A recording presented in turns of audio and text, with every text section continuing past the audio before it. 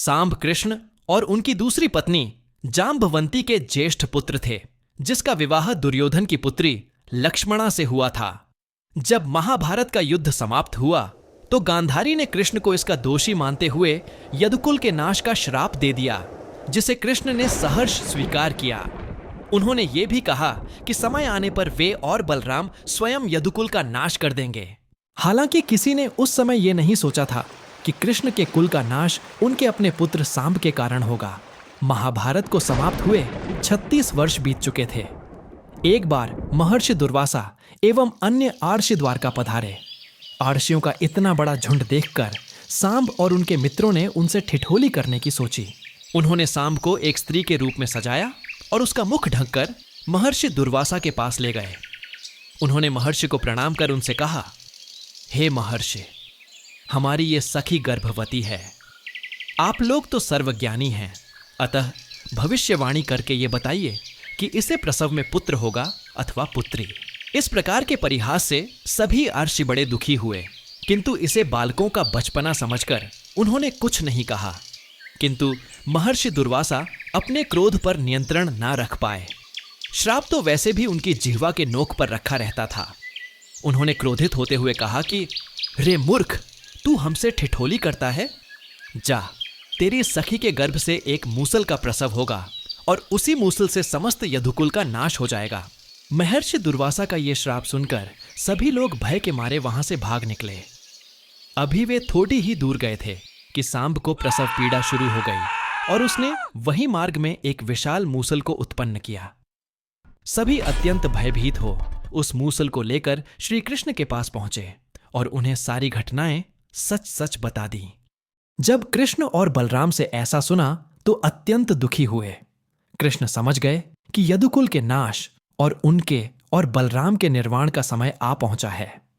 जब महाराज उग्रसेन ने यह सुना तो उन्होंने आज्ञा दी कि इस मूसल को चूर्ण कर समुद्र किनारे फेंकवा दिया जाए, ताकि इससे किसी प्रकार का खतरा ना रहे। कृष्ण तो सब जानते ही थे, किंतु उन्होंने कुछ कहा नहीं। उग्रसेन की आज्ञा अनुसार उस मूसल को चूर्ण कर समुद्र किनारे फेंकवा दिया गया।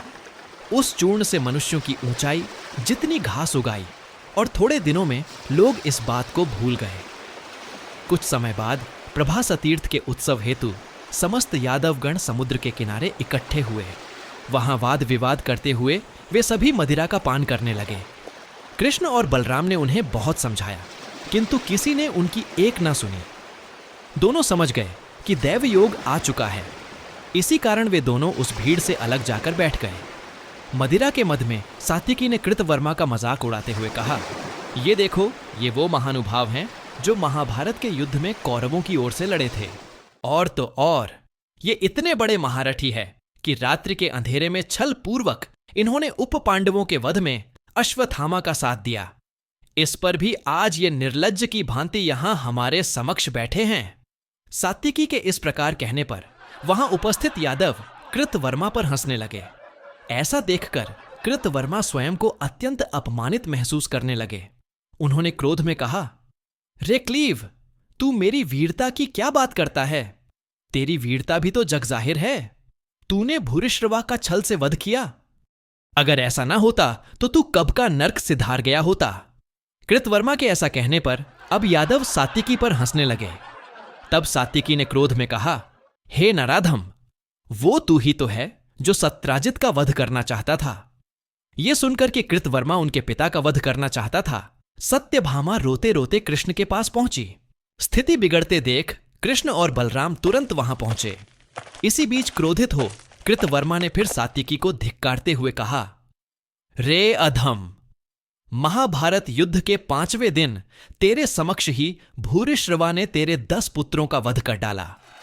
जो अपने पुत्रों की रक्षा न कर सका, वो वीरता की बात किस प्रकार करता है? इस प्रकार अपमानित होने पर सात्विकी ने क्रोध में बिना कुछ सोचे अपनी खड्ग से कृतवर्मा का सर काट डाला। कृतवर्मा के इस प्रकार मारे जाने पर वहां हाहाकार मच गया। तुरंत ही वहां के सभी यादव वीर कृतवर्मा और सात्विकी इन 2 गुटों में बंट गए। कृतवर्मा की हत्या पर भोजराज और अंधका कुल के राजा ने सात्विकी पर आक्रमण कर दिया। ऐसा देखकर कृष्ण के पुत्र प्रद्युम्न उन्हें बचाने युद्ध में कूद पड़े। बात ही बात में कृष्ण और बलराम के समक्ष ही वहां यादवों के बीच भयानक युद्ध छिड़ गया। किसी के पास अस्त्र शस्त्र तो थे नहीं, तो सभी ने वहीं उगी घास उखाड़ उखाड़ कर एक दूसरे को मरना शुरू कर दिया। दुर्वासा महर्षि के श्राप के कारण उन घासों से सहस्त्रों मूसल पैदा हो गए और उसी से सब एक दूसरे का नाश करने लगे।